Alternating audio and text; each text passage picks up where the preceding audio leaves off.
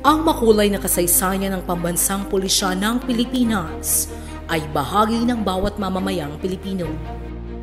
Ikawalo ng Agosto taong 1901, sa bisa ng Organic Act 175, opisyal na naitatag ang Insular Police Force sa bansa bilang kapalit ng Guardia Civil.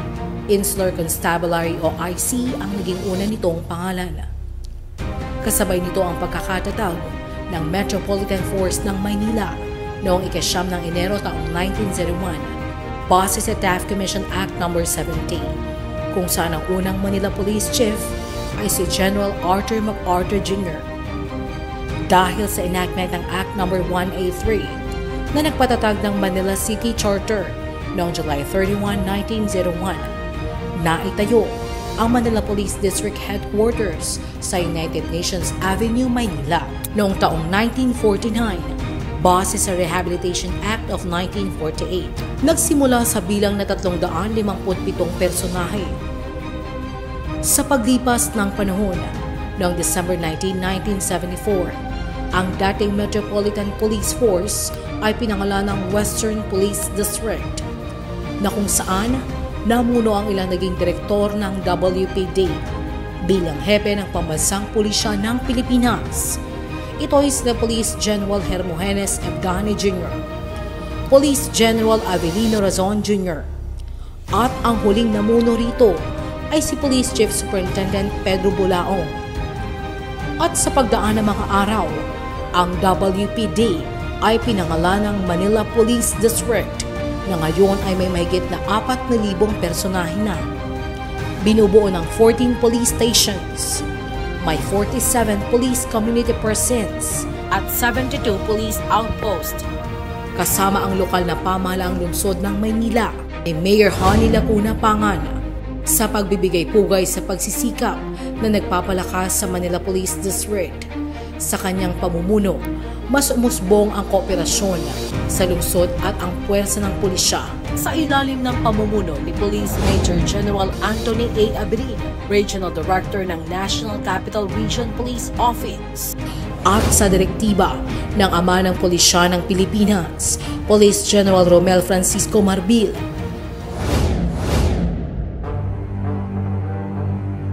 October 18, 2023 hanggang April 10, 2025, ang Manila Police District ay nasa ilalim ng pamumuno ni Police Brigadier General Arnold Thomas C. Ibay bilang ika-55 District Director ng Manila Police District.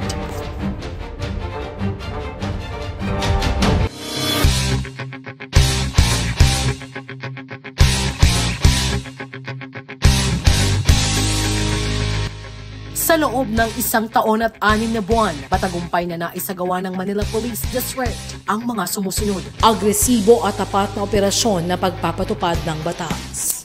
Sa kampanya kontra iligal na droga, base sa datos ng MPD, tinatayang aabot sa 229 million na pinaghihinalang iligal na droga ang nakumpiska. Namang operatiba sa isinagawang 1,564 na operasyon, 2,863 suspetsado ang arestado.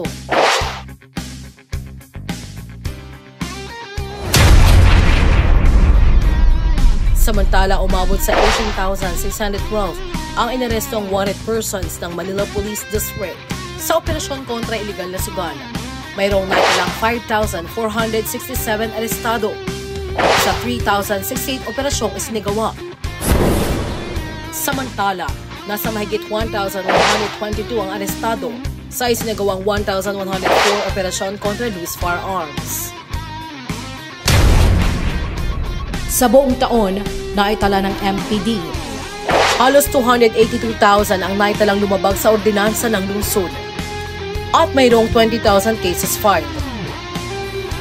Sa pamamagitan ng law enforcement checkpoints, Oplan Sita at Oplan Bulugan, 349,241 beat patrols, 113,321 mobile patrols, 35,360 bike patrols, 100,376 motorcycle patrols. Tagumpay ang pagdakip sa motorcycle riding suspect na nagtangkang takbuhan ng Comelec checkpoint. Kumpiskado ang baril at shabu mula sa mga suspect sa pamamagitan ng kanilang katapangan at kasanayan sa police operation, mabilis na aksyon ang kanilang naitugon. Bilang pagpapahalaga sa kanilang mahusay na pagganap sa kanilang mga tungkulin, 221,740 commendation letters ang iginawad sa natatanging personal ng MPD. Bukod pa rito, nakapaglaan din ng 384,000 bilang tulong pinansyal sa 51 pulis na nangangailangan. Sa pamamagitan ng salamat na pasilya, 58 pulis ang nabigyan ng parangal sa kanilang pagre-retiro bilang pagkilala sa kanilang tapat at makabuluhang serbisyo. Upang patuloy na mapalakas ang kanilang kaalaman at kasanayan, isinagawa ang 88 pagsasanay at seminars na dinaluhan ng halos 4,000 pulis. Sa ilalim ng integrity enhancement, isinagawa ang random or surprise drug test. Ito ay naglalayong mapanatili ang mataas na antas ng integridad at professionalismo. Information and Communication Technology Development upang mapabuti ang pag-uusap at koordinasyon. Mayroong 1,405 na iba't ibang uri ng radio na ginagamit ng mga pulisya at 214 kagamitan pang teknolohiya.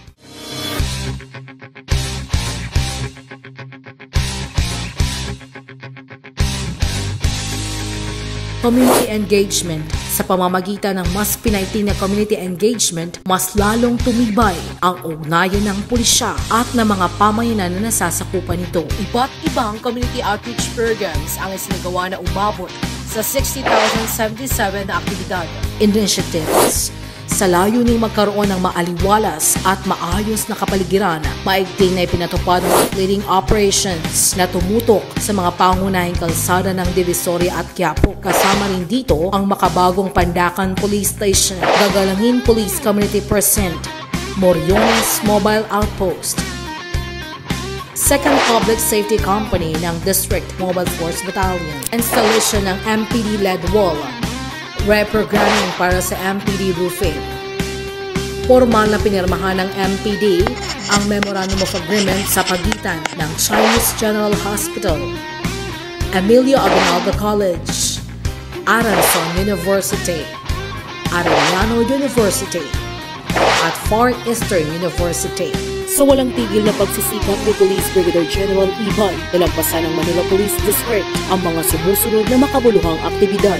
Nazareno 2024, Feast of Santo Niño de Tondo at Pandacan, Chinese New Year, Bagong Pilipinas Kick-Off Rally, Anniversary of the Battle of Manila, Manila Police District Anniversary, Good Friday Procession, Protest Rallies, Labor Day, Independence Day, State of the Nation Address, National Heroes Welcome, President Ninoy Aquino Day, National Heroes Day, All Saints and All Souls Day, God Andres Bonifacio Day, Dr. Jose Rizal Day, at Thanksgiving Procession. Noon at ngayon, ang Manila Police District, ang lungsod ng timbulan ng laya at diwang dakila, ngayon nasa pamumuno the Phenomenal General Police Brigadier General Arnold Fama C. Ibay, isang pinunong may ibayong serbisyo para sa mga Manilenyo. Police Maynila, markang matibay. Ito ang Markang Pong Ibay. Thank you, sir.